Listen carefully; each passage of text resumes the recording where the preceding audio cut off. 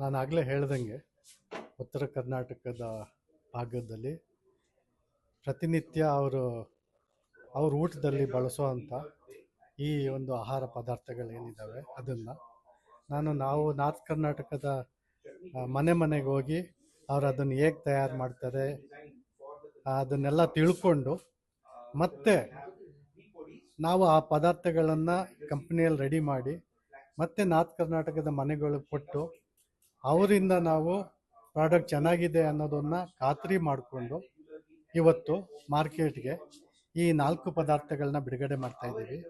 4 ಪದಾರ್ಥಗಳು ಯಾವ್ಯಾವುದು ಅಂದರೆ ಶೇಂಗಾ ಚಟ್ನಿ ಪುಡಿ ಒಂದು, ಎರಡನೇದು ಗುರಳ್ ಚಟ್ನಿ ಪುಡಿ, ಮತ್ತು ಮೂರನೇದು ಅಗಸಿ ಚಟ್ನಿ ಪುಡಿ, ಹಾಗೆ ನಾಲ್ಕನೇದು ಮಸಾಲೆ ಖಾರ ಅಂತೇಳಿ ಈ 4 ಪ್ರಾಡಕ್ಟ್ನ ಇವತ್ತು ಮಾರುಕಟ್ಟೆಗೆ ಬಿಡುಗಡೆ ಮಾಡ್ತಾ ಇದ್ದೀವಿ. ಈ ಶೇಂಗಾ ಚಟ್ನಿ ಪುಡಿ ಒಂದು 49 ರೂಪಾಯಿಗೆ ಸಿಗ್ತಾ ಇದೆ.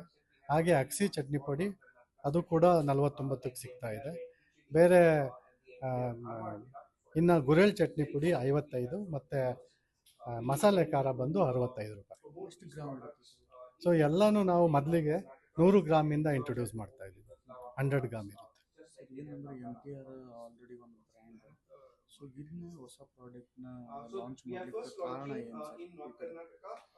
ಸೊ MTR ಮುಂಚೆಯಿಂದನೂ ಬ್ರ್ಯಾಂಡ್ ಆಗಿರೋದೇನಕ್ಕೆ ಅಂದರೆ ನಾವು ಈ ಬೇರೆ ಬೇರೆ ರೀಜನ್ದು ಏನು ಫುಡ್ದು ಆಹಾರ ಪದಾರ್ಥಗಳಿರ್ತವೆ ಅದನ್ನು ಅರ್ಥ ಮಾಡಿಕೊಂಡು ಅದನ್ನು ಎಲ್ಲ ಜನತೆಗೆ ಪರಿಚಯ ಮಾಡೋದು ಮತ್ತು ಎಲ್ಲ ಕಡೆನೂ ಸೇಲ್ ಮಾಡೋದು, ಹಾಗಾಗಿ ಅದು ಆಲ್ರೆಡಿ ಬ್ರ್ಯಾಂಡ್ ಲೀಡರ್ ಆಗಿರೋದು.